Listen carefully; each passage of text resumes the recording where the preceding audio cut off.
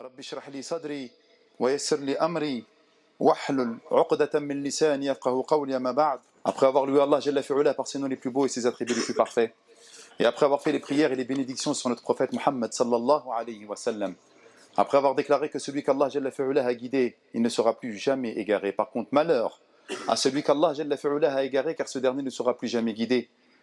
Mes chers frères et mes chères sœurs, aujourd'hui, pour moi, est un sujet ô combien important. Et malheureusement, nous nous sommes perdus en chemin, mes frères. Et nous venons tels des personnes qui se sont acculturées à l'islam, mais qui n'ont pas pris l'islam comme un culte et comme une religion. Nous avons pris, machallah, bien que vous soyez nobles et que vous soyez une élite parmi les musulmans qui ne viennent même pas à la prière du vendredi, mais nous sommes rentrés dans une sorte de routine à adorer Allah subhanahu wa ta'ala en oubliant l'excellence et la magnificence et le grandiose qu'est Allah subhanahu wa ta'ala. La khutbah d'aujourd'hui est une khutbah qui implique à chacun de nous une introspection et une remise en question. Est-ce qu'Allah Jalla fi'ulah est important dans ma vie? Est-ce qu'Allah subhanahu wa ta'ala a une place prépondérante dans ma vie? Parce que là, vous pouvez me dire, mais bien sûr, moi j'aime Allah, et je suis là, je suis en train d'adorer Allah, je suis venu à la Jumu'ah pour adorer Allah, j'essaie de faire mes 5 prières par jour. Walakin, lorsqu'on regarde dans les faits, et concrètement, Allah subhanahu wa ta'ala n'a pas la place de choix qu'il mérite. Allah subhanahu wa ta'ala, malheureusement, n'a pas véritablement une place sur laquelle nous devrions compter. Et aujourd'hui, le sujet de ma khutbah, c'est atawakkul ala Allah. Le fait de s'en remettre, écoutez bien ce que je vais dire par la suite, le fait de s'en remettre exclusivement à Allah subhanahu wa ta'ala. Et lorsqu'on regarde réellement dans nos faits et gestes, dans notre manière de vivre, dans notre manière de regarder al-asbab, les causes qui vont nous permettre d'avoir, masha'Allah, un acquis matériel, ou de devoir se marier, ou de devoir une situation, ou bien même lorsque je suis malade, et de chercher la guérison, on remarque, subhanallah al-adim, qu'Allah Jalla fi'ulah n'est que placé en second, voire en troisième choix. Et pourtant, Allah Jalla fi'ulah nous dit une chose très importante. Rabbul mashriqi wal maghribi la ilaha illa hu fattakhidhu wakila. Regardez ce que nous dit Allah subhanahu wa ta'ala dans le Coran. Et encore une fois, malheureusement, Allah Jalla fi'ulah nous parle dans le Coran, mais on ne prête pas une oreille attentive à ce qu'il nous dit. Avant de dire que, mes serviteurs, ya ibadi, avant de vous dire, remettez-vous exclusivement à moi, placez votre confiance uniquement qu'en moi, il dit Rabbul mashriq wal maghrib. Je suis le maître de l'Orient et de l'Occident. Je ne suis pas n'importe qui. Je suis Allah. Remettez-vous-en à moi. N'allez pas regarder les causes. Venez me voir, moi, le maître des causes. Mais nous, Allahu Akbar. Allahu Akbar. On a plus eu confiance aux causes en omettant le maître des causes. Allah Jalla fi'ulah. On a eu plus confiance aux aspects matériels des choses et on a oublié, subhanallah, celui qui gère ces choses-là. Vous savez, mes frères, Allah Jalla fi'ulah fait en sorte de nous parler dans le Coran.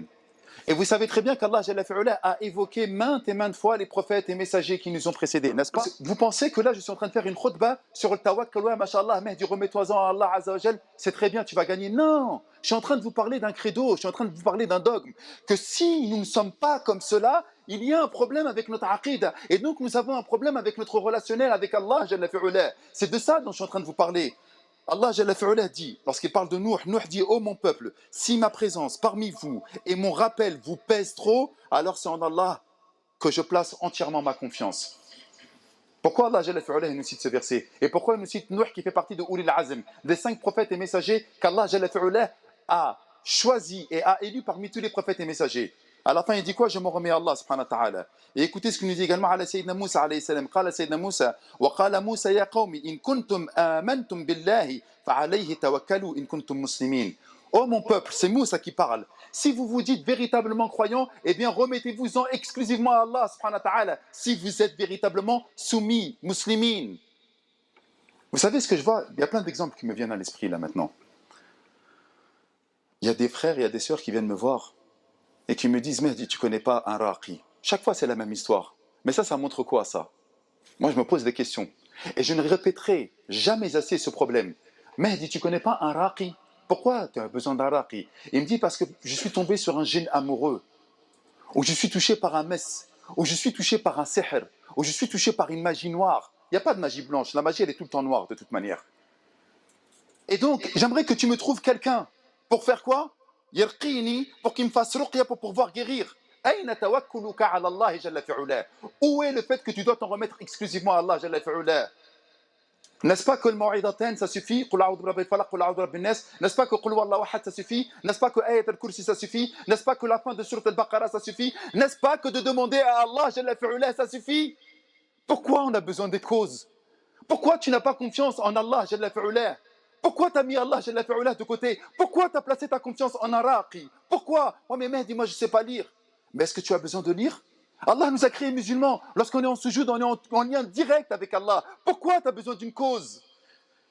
Ça me touche. Ça me touche. Parce qu'Allah nous a créés des musulmans. Ud'ouni yastajib lakum, nous dit Allah. Invoquez-moi et assurément je vous répondrai. Wa idha sa'alaka ibadi anni fa inni qarib. Et lorsque mes serviteurs t'interrogent sur moi, je suis proche. Ujibu da'wat ad-da'i idha da'an. Répondant à l'appel de celui qui m'invoque lorsqu'il m'invoque. Allah nous dit ça. Et nous, on a besoin des causes. Pourquoi, mes frères? Parfois, on a besoin également de choses matérielles. On a besoin de faire de l'argent, on a besoin de gagner notre rizq. Les gens, qu'est-ce qu'ils font? Ils ont confiance en des métiers illicites. Ya akhi, lorsque tu travailles dans ce domaine, c'est haram, Allah il n'aime pas. Mais il va quand même aller travailler dans ce domaine-là. Pourquoi, mes frères? Regardez, factuellement, prenons les choses, subhanallah, de manière factuelle, logique. Si tu as eu confiance dans un métier qui était illicite, où est ta confiance en Allah, subhanahu wa ta'ala? Posez-vous juste simplement la question. Regardez, oubliez, on est en khutbah de Jumu'ah, on est en train de parler franchement. Lorsque tu as pris un métier illicite, lorsque tu vas travailler dans des domaines qui sont illicites, et que tu sais que ces domaines-là sont illicites, et que tu as quand même préféré prendre l'argent dans le haram, où est ta confiance en Allah? Il y a des frères également qui vendent des mukhaddarat, des frères qui vendent des substances illicites, des drogues dures et douces. Et il n'y a pas de drogue dure et douce. Toutes les drogues sont interdites en islam. Il a eu confiance en qui? Il a eu confiance en Shaitan pour prendre de l'argent haram, ou il a eu confiance en Allah? Où est le fait qu'ils s'en remettent en Allah Azza wa Jalla là-dedans? S'il vous plaît, mes frères, réfléchissez un instant. Là, je vous parle de tawhid. Là, je vous parle de tawhid, d'unicité en Allah. Man huwa ar-Razzaq. C'est qui donne la subsistance de chacun de nous? N'est-ce pas Allah Jalla fi'ula, Dhul Quwwatin, le détenteur de la force sublime, Al-Majid, le majestueux, Al-Jabbar, le dominateur, Al-Qawi, le puissant, Al-Aziz. N'est-ce pas qu'on parle d'Allah Jalla fi'ula? Et pourtant, parfois, nous faisons des choix, subhanallah, qui montrent que notre tawakkul n'est pas correct vis-à-vis d'Allah, subhanahu wa ta'ala. Au cas où vous l'auriez oublié, nous sommes, nous, les serviteurs du miséricordieux Allah. Nous disons « Ashhadu an la ilaha illallah wa ashhadu anna Muhammadan Rasulallah ». Notre modèle, notre exemple, c'est Rasulallah. « Laqad kana lakum fi Rasulillah uswatun hasana liman kana yarju Allah wal yawmil akhir ». Nous avons le meilleur des modèles de l'humanité. Et le maître de ceux qui s'en remettent à Allah, c'était notre prophète Mohammed alayhi salatu wassalam. Et Allah, Jalla fi'ula, regardez comment il le désigne. Certes, un messager pris parmi vous est venu à vous, auquel pèsent lourd les difficultés que vous subissez, qui est plein de sollicitude à votre égard, qui est compatissant et miséricordieux envers les croyants. Alors, s'il se détourne, dit Allah me suffit. Il n'y a de divinité que lui, en lui je place ma confiance. Il est le Seigneur du trône immense. Vous avez vu comment il finit Allah les versets? En lui je place ma confiance et il est le Seigneur du trône immense. Pourquoi tout à l'heure il nous disait Rabbul Mashriqi wal Maghrib, le maître de l'Orient et de l'Occident, et là il nous dit il est le maître Rabbul Arsh al-Adim du trône immense. C'est pour nous, pour qu'on se dise mais en fait c'est vrai, là je vois les paillettes de la vie d'ici-bas, là je vois l'aspect matériel de la vie d'ici-bas, mais réellement c'est qui donne? Eh, je suis le maître du trône immense, nous rappelle Allah. C'est moi le maître de l'Orient et de l'Occident, nous ramène Allah. Tu veux une femme, c'est moi qui va te la donner. Tu veux de l'argent, c'est moi qui va te le donner. Tu veux une santé, tu es malade, c'est moi qui va te guérir. Mais pourquoi Allah n'a pas la place de choix dans notre vie, dans notre cœur, dans notre quotidien, dans nos familles, dans notre métier? Pourquoi Allah subhanahu wa ta'ala est mis de côté? Pourquoi, mes frères? C'est terrible. Et nous disons que nous aimons Allah. Et nous pensons avoir rendez-vous avec Allah yawm al-qiyamah. Et lorsqu'on va être dans la tombe, lorsque les anges vont venir nous interroger, qui va nous raffermir pour répondre aux questions de manière correcte si ce n'est Allah? Alayhi tawakkalt. C'est en Allah que je me remets exclusivement. C'est en Allah que je me remets exclusivement. Mais nous, Allah, Jalla fi'ula, lorsqu'on regarde notre vie de tous les jours, Malheureusement, il n'a pas la place de soi. Vous savez que notre prophète, alayhi salam, dans la Torah et dans les évangiles, ou plutôt dans l'évangile, parce qu'il n'y a pas d'évangile, mais il y a une seule évangile, vous savez comment il a été appelé? Al-Mutawakkil, Allahu Akbar. C'est-à-dire que les religions qui nous ont précédés, lorsqu'ils parlent de Sayyidina Muhammad dans leurs livres, ils disent celui qui s'en remet exclusivement à Allah subhanahu wa ta'ala. Vous savez, des fois, on se dit, mais c'est quoi un croyant? C'est quoi un musulman? Comment je vais faire pour me définir comme croyant, comme musulman? Allah, il nous a donné la définition d'un croyant dans le Coran, par le verset que je viens de citer. Tu veux savoir si véritablement tu es un croyant? Lis ce verset. Regarde-toi dans un miroir. Fais une introspection. Demande-toi des comptes. Allah Jalla fi'ula dit innama harf tawkid, certes. Lorsqu'Allah dit innama, ça veut dire que c'est verrouillé, c'est certes. Innama al-mu'minun, certes les croyants.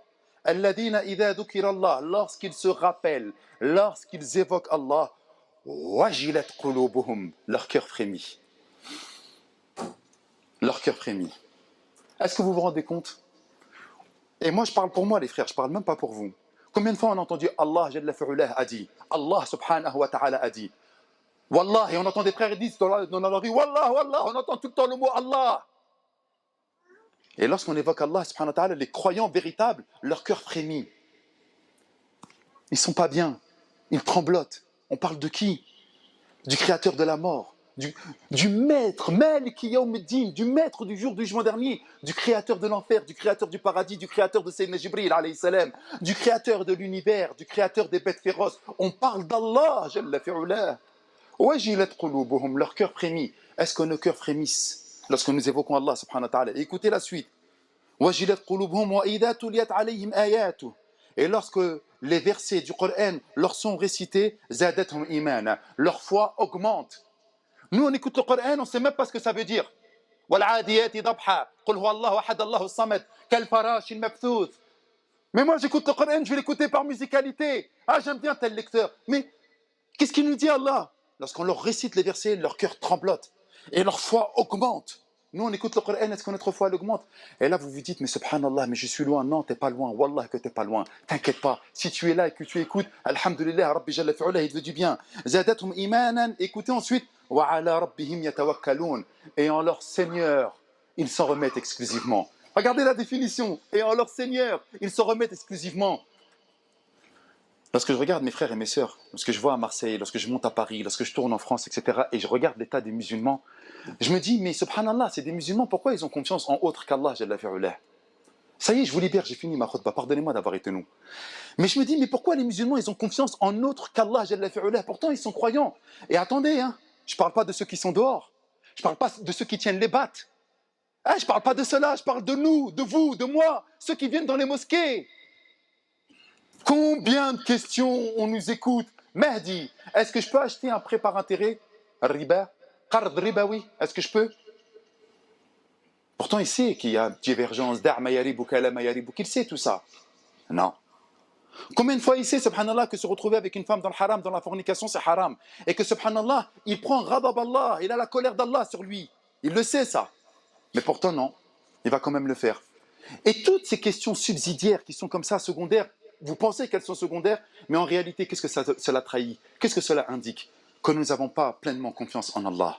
Parce que si nous avions confiance en Allah, nous ne ferions que ce qu'Allah aime. Alors on ne doit pas faire de péché? Non, il n'y a que les anges qui ne font pas de péché. Tous les enfants d'Adam font des péchés. Et le meilleur des pécheurs, at-tawaboun, c'est ceux qui se repentent. Nous allons faire des péchés, nous allons glisser, nous allons tomber, nous allons nous tromper, nous allons fauter. Voilà qu'on sait qu'Allah il existe. Et on se repent à Allah subhanahu wa ta'ala. Et je finis le verset. Tu es croyant, forcément tu fais la prière. Et on t'a donné de l'argent, tu vas le redistribuer aux indigents, aux pauvres et autres nécessiteux. Et voilà comment Allah subhanahu wa ta'ala finit le verset. Voilà les véritables croyants. Est-ce que nous sommes des véritables croyants comme Allah l'a défini, mes frères? Cette khutbah-là, Masha'Allah, il est venu, le frère, il nous a parlé, Jaza'Allahu khayr. Mais c'est pas ça, je ne suis pas venu pour vous parler juste pour vous dire, ouais, Jaza'Allahu khayr. Barakallahu fik, tu nous as fait une khutbah, tu nous as parlé. Non, non, c'est pas ça qui m'intéresse. La khutbah ne peut être utile que lorsque vous repartez, vous faites une introspection. Ok, qu'est-ce qu'il a dit? Où j'en suis moi? Comment je vais faire pour réussir tout ça? Est-ce que je suis dans ces dans cette manière de faire? Est-ce que je suis dans ce qu'il m'a demandé de mettre en application? C'est ça que vous devez vous poser comme question. La khutbah de Jumu'ah, c'est simplement qu'une recharge.